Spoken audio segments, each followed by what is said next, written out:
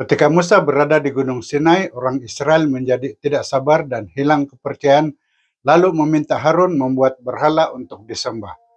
Walaupun baru berjanji untuk mentaati Tuhan, mereka memilih apa yang dapat dilihat daripada percaya kepadanya. Kisah anak lembu emas dalam Keluaran 32 dan 34 menunjukkan kelemahan manusia yang mudah jatuh ke dalam dosa. Namun pelajaran ini juga menegaskan kasih karunia Tuhan yang menyediakan pengampunan bagi setiap orang yang mengaku dosa, bertaubat dengan tulus dan kembali kepadanya melalui rencana keselamatan di dalam Kristus. Ini membawa kita untuk mengkaji pelajaran yang ke-10 yang bertajuk Pertaubatan dan Pengampunan. Ayat utama diambil dari 1 Yohanes 1 ayat 9 katanya, "Tetapi jika kita mengakui dosa kita kepada Tuhan, Dia akan menepati janjinya dan berlaku adil. Dia akan mengampunkan dosa kita dan menyucikan kita daripada segala kesalahan." Alkitab mengajar bahwa manusia telah berdosa dan kehilangan kemuliaan Tuhan, serta tidak berdaya membersihkan diri daripada dosa. Namun kasih Tuhan melampaui segala kesalahan manusia. Tiada dosa yang terlalu besar untuk diampuninya. Dengan tangan terbuka, Dia menawarkan pengampunan dan pemulihan kepada setiap orang yang datang kepadanya dengan hati yang bertaubat. Topik pertama dalam kajian kita ialah kesibukan kehidupan. Dari Lukas 10 ayat 41 kita baca, Tuhan menjawab, "Marta, Marta, kamu sibuk serta khawatir akan banyak perkara."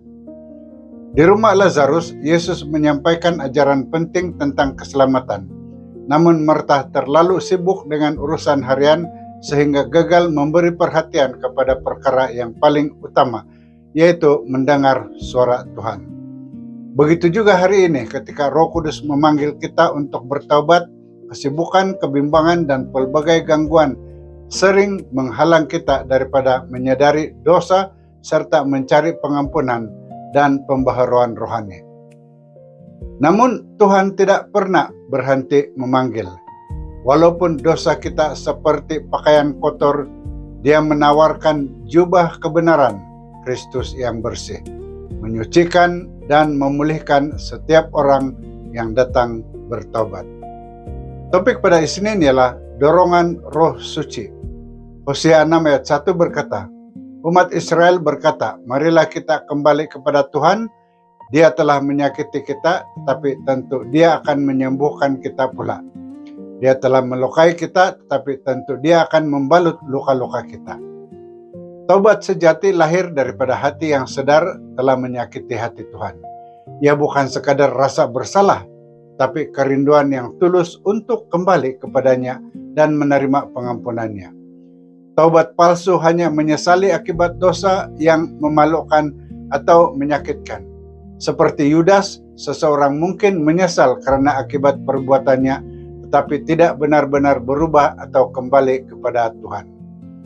Apabila Roh Kudus menyadarkan kita akan dosa, Dia menimbulkan duka cita yang membawa kepada pemulihan, dan jika kita menyambut panggilan itu dengan taubat sejati, Tuhan akan mengampuni dan menyembuhkan kita. Pada hari Selasa, kita membahas topik pertobatan sejati. Dari Kisah 3 ayat 19 kita baca, "Oleh itu bertobatlah daripada dosa dan kembalilah kepada Allah supaya Dia menghapus dosa saudara-saudara."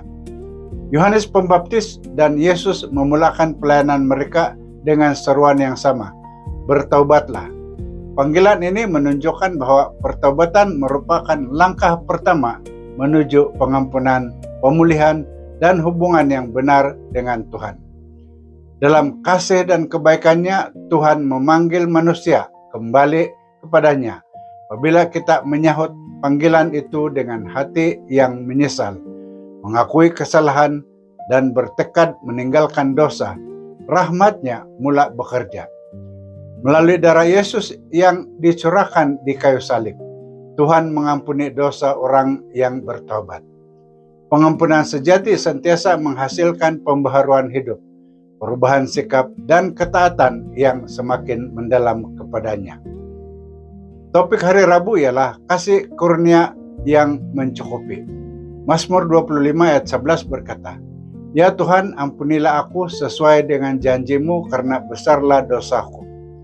Pengampunan bukan sesuatu yang dapat dibeli atau diperoleh melalui usaha manusia. Ia mengalir daripada kasih Tuhan yang tidak terbatas, karena Dia baik, penuh belas kasihan, dan sentiasa sedia mengampuni. Kasih yang agung itu dinyatakan di kayu salib. Yesus rela menyerahkan dirinya untuk membayar hutang dosa yang tidak mampu kita lunaskan, membuka jalan keselamatan bagi seluruh umat manusia. Apabila kita menyerahkan dosa kepada Kristus, Dia membebaskan kita daripada beban kesalahan. Walaupun dosa membawa maut, kasih kurnia Tuhan berlimpah-limpah, menawarkan pengampunan, kehidupan baru, dan hidup kekal. Walaupun dosa membawa maut dan bertambah dalam kehidupan manusia, kasih kurnia Tuhan jauh lebih besar. Kristus mati bagi kita ketika masih berdosa, menawarkan pengampunan, pembaharuan, dan hidup kekal. Topik terakhir dalam kajian kita pada hari Kamis ialah jubah paling mahal. Dari Matius 22 ayat 12 kita baca, Raja bertitah kepadanya, "Kawan, engkau tidak memakai pakaian pesta, engkau tidak patut berada di sini." Orang itu tidak berkata sepatah pun. Gereja Tuhan dipanggil berdiri dalam kesucian, dilambangkan oleh kain linen halus yang bersih, bercahaya, dan tanpa celah. Linen halus itu melambangkan kebenaran orang kudus, bukan hasil usaha sendiri, tapi anugerah Kristus kepada mereka. Adam dan Hawa coba menutupi dosa dengan usaha sendiri, namun hanya pakaian yang Tuhan sediakan membawa penerimaan. Jubah kebenaran Kristus menghapuskan dosa dan mempersiapkan umatnya. Tanpanya, tidak seorang pun memasuki surga. Berikut adalah 3 poin utama sebagai kesimpulan. Pertama, pertobatan sejati bermula apabila hati tersentuh oleh Roh Kudus, menyesali dosa karena telah melanggar kehendak Tuhan, lalu dengan rela meninggalkan kejahatan dan kembali kepada kasih-Nya. Kedua, pengampunan adalah anugerah kasih kurnia yang tidak dapat diperoleh melalui usaha manusia. Melalui pengorbanan Yesus di kayu salib, Tuhan mengampuni dosa dan menyelamatkan setiap orang yang percaya. Ketiga, apabila seseorang menerima pertobatan dan pengampunan, hidupnya diperbaharui oleh Kristus. Dia dibersihkan daripada dosa, dipakaikan jubah kebenarannya, serta dipimpin kepada ketaatan dan hidup kekal. Sekian dan terima kasih karena bersama menonton ringkasan pelajaran Sekolah Sabat untuk minggu ini. Marilah kita sentiasa ingat bahwa Roh Suci sentiasa mengetuk pintu hati kita, membawa kita untuk sentiasa melalui perjalanan hidup di bawah terang kebenaran Tuhan.